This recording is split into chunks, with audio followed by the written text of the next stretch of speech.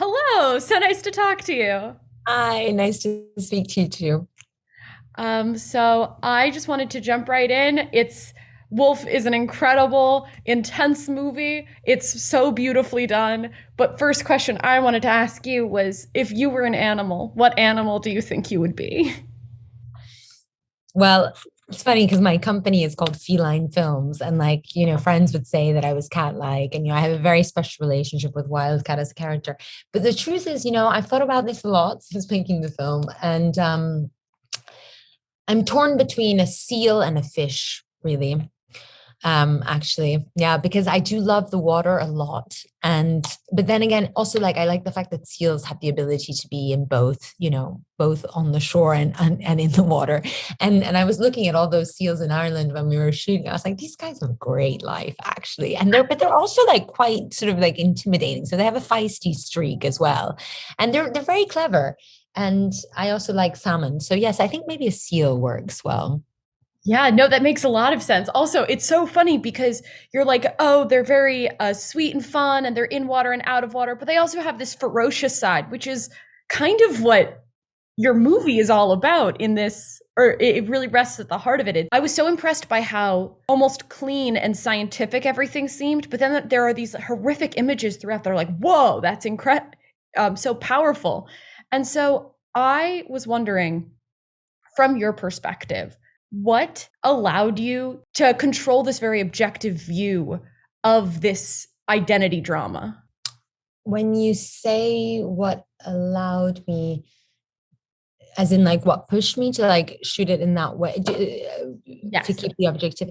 um well, I guess, in general, I think with this film, hopefully, everyone will definitely take a very, subjective reading of it and like it or hate it. And but I think I did really try not to judge any of the characters or reinforce a particular message. Yes, of course, there's the sort of an arching theme of personal freedom, which is undeniable. But at the same time, I thought, for me, it's just a multi-layered interrogation about it, identity in like contemporary society, and not just the question of like, should you follow yourself? Because at the same time, also like, I thought even when constructing, and like, yes, of course, the zookeeper's character is violent, and of course, like in every aspect, I do not believe in like repression, especially through the use of violence.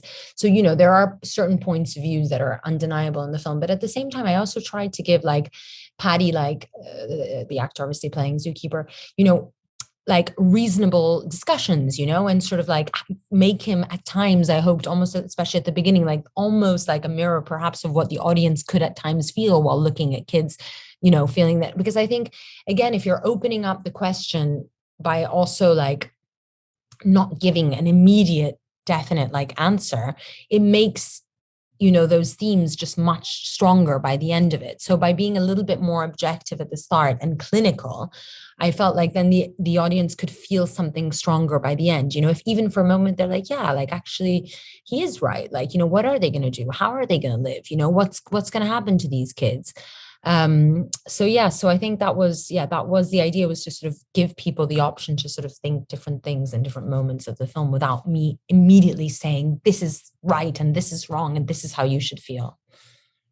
Definitely. And I think you do such an amazing job of not showing your hand to the audience. Like the view, because I even felt as a viewer, I'm a few weeks away from having seen it and going down the line of the story, it's like, oh, what did the writer director want me to think about this? And I don't know. So then you're left with like, oh, okay, so what do I think about it? And I think you craft that so well. And I also think that in this story about identity, you do a great job placing pain at both sides of the struggle for identity.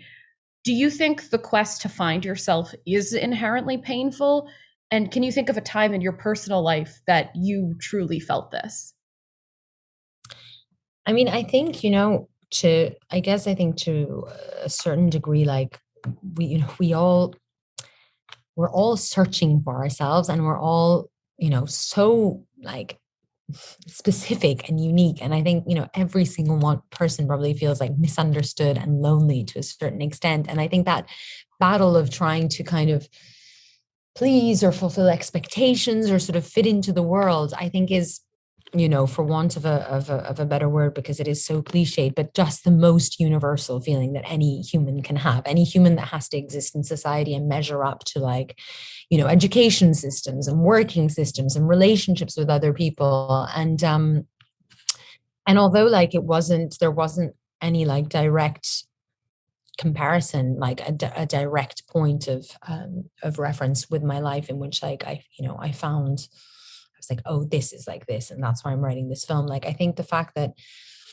this film just came out of me so instinctively, like, the first synopsis is not that different from the film. Like, I wrote it in like 8 hours, like, and it is, again, I think, obviously, without trying to sort of self psychoanalyze myself too much, means that, that these questions are very, very pertinent to me. And I think especially also the question, though, which I think is, it's not, again, I think it's not just a film about fulfilling your own identity, but it is also a film with the other characters in particular, which questions like the need, perhaps, even if you don't, do I think that German Shepherd thinks he's a German Shepherd as much as Jacob thinks he's a wolf? Like, no, I don't, personally.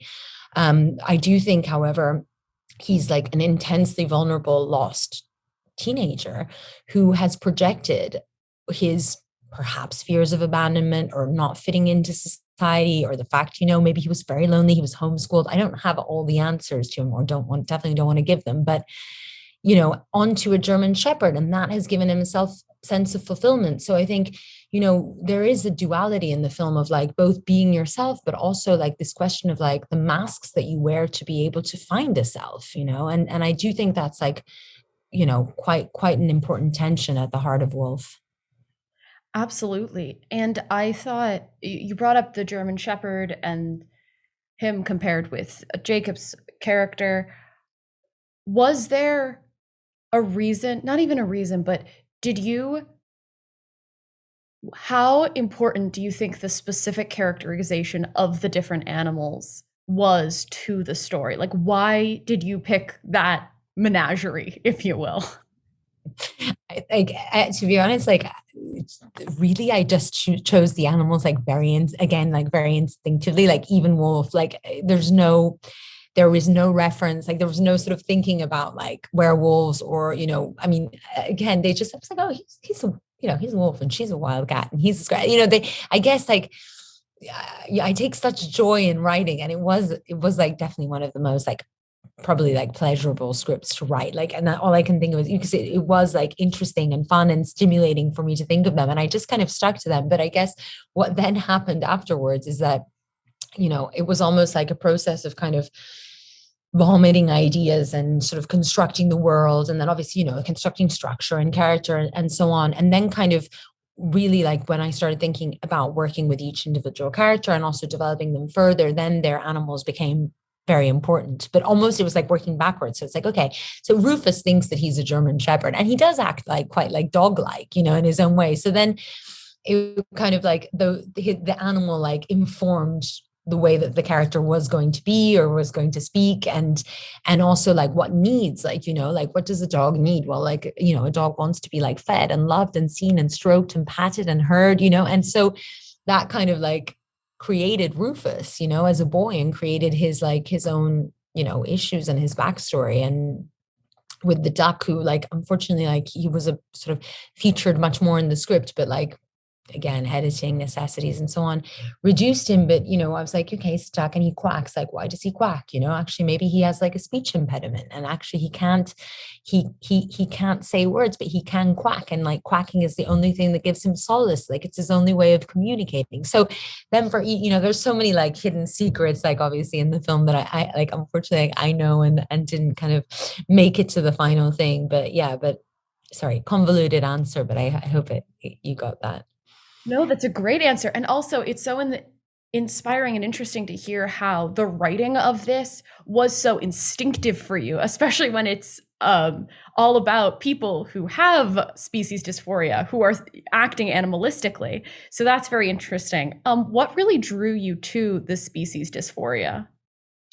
I think again it was like it was, you know, I'd heard about the syndrome. I knew nothing about it, and like I did a bit of research and kind of found out that it was growing and stuff. But I guess, you know, it's interesting because a lot of people lead with this question, but you asked me a lot of other questions before, and I think that that's kind of your answer, which is what interested me the most was not the syndrome in real life in our world and so on, and to like, you know, in any shape or form sort of take on a kind of like a film about species dysphoria or sort of try and represent people that have it, but rather all the questions that it raises about identity, whether you're choosing it, whether you feel it, what, you know, how that can coexist if it's totally at odds with our society. So I think it was mostly sort of the intellectual, emotional, and societal questions that species dysphoria like raised, rather than, you know, wanting to talk about species dysphoria in 2021. Got it. That makes a lot of sense. Um, After now that a few people have seen this film, what would you say is either your favorite or the most eye-opening response somebody has told you about this film?